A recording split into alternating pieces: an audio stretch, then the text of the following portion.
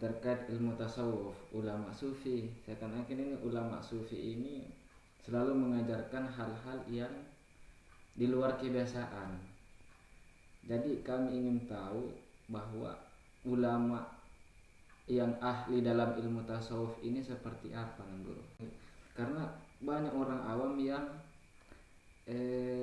menyalahartikan terkait ulama sufi, katanya yang ini bisa terbang. Jadi ulama tasawuf yang aslinya ini seperti apa, Guru?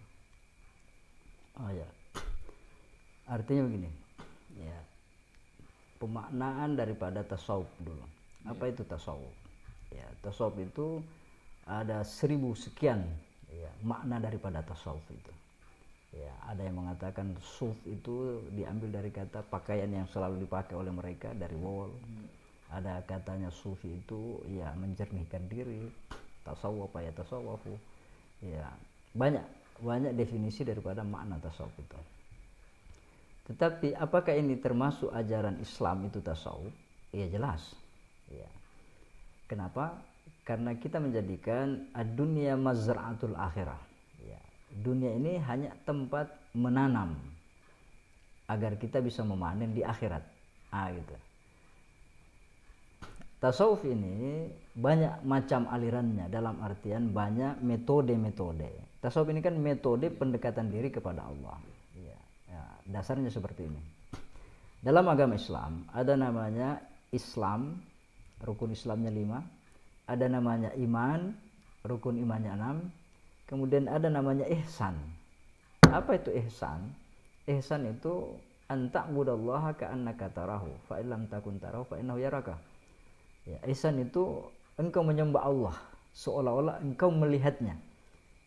Kalau kamu tidak mampu melihatnya, maka seolah-olah dia melihatmu. Ka'annahu yaraka. Itulah pondasinya, dasarnya tasawuf. Bagaimana ibadah itu bukan hanya gerakan, bukan hanya tidak makan dan tidak minum di bulan puasa, bukan hanya ritual haji keliling Ka'bah, tapi ada ruhnya, ada zahirnya, ada batinnya, ada syariatnya, ada hakikatnya. Tasawuf itulah hakikatnya. Engkau beribadah, rukuk, sujud, tapi engkau yakini dirimu kau berada di hadapan Tuhan. Kau merasa dijaga, diawasi, diperhatikan oleh Tuhan. Jadi tasawuf itu ada namanya muraqabah. Selalu menghadirkan dirinya, merasa dijaga, diawasi, dilihat oleh Allah. Dia tidak pernah lepas dari pandangan Allah. Itu namanya derajat musyahadah. Dia merasa dirinya dipantau, diawasi, disaksikan oleh Tuhan apapun, bagaimanapun, dimanapun dia berada. Itu tujuan utamanya tasawuf. Ya, merasa selalu hadir dekat dengan Tuhan. Ya. Adapun tasawuf yang sering kita dengar ya dari orang yang mengatakan tasawuf itu membenci dunia. Ya, zuhud itu bukan membenci dunia. Zuhud itu engkau mencari dunia. Silakan cari harta sebanyak-banyaknya, silakan punya jabatan setinggi-tingginya, silakan punya uang bermiliar-miliar, tapi jangan tanamkan harta itu di dalam hatimu. Jadikan itu sebagai alat. Itu. Jadi zuhud itu bukan membenci dunia. Bagaimana? Dunia itu penting. Kita mau bangun pesantren tidak punya uang gimana kan? Kita mau bangun masjid tidak punya uang gimana? Kita mau membantu orang-orang fakir miskin, kalau tidak punya uang yang bagaimana kan? Jadi bukan membenci dunia, tetapi meletakkan dunia sebagai alat, bukan tujuan. Itu tasawuf. Jadi tasawuf itu hidup apa adanya, dalam artian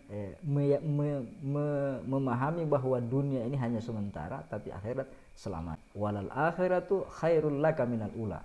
Adapun akhirat itu lebih utama daripada dunia. Tapi untuk mencapai akhirat yang sempurna, kita tetap menjalani kehidupan dunia ini. Jadi kita tidak bisa mengabaikan. Jadi tasawuf itu adalah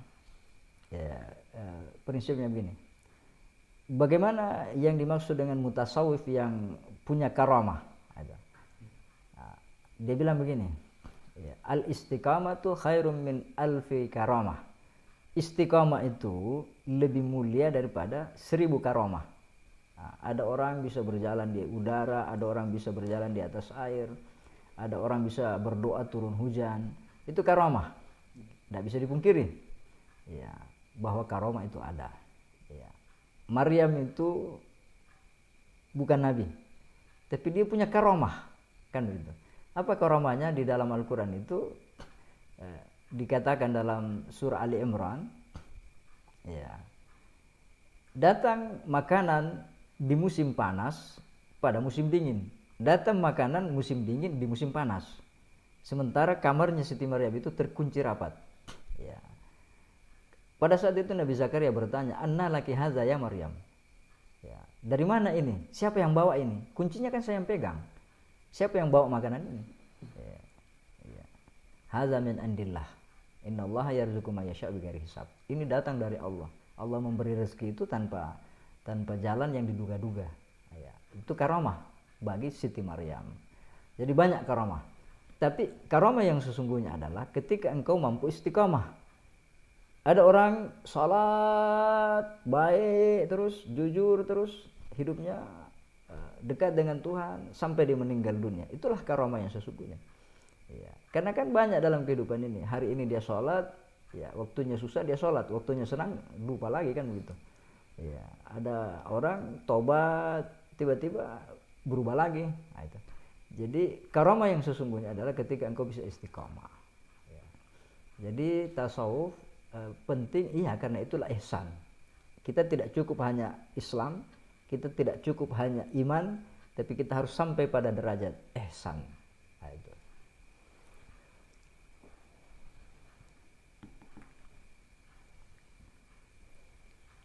Kalau orang yang orang yang misalkan tidak pernah sholat tapi seolah-olah itu dapat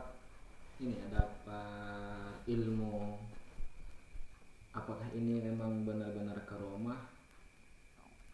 Maksudnya ilmu apa ini?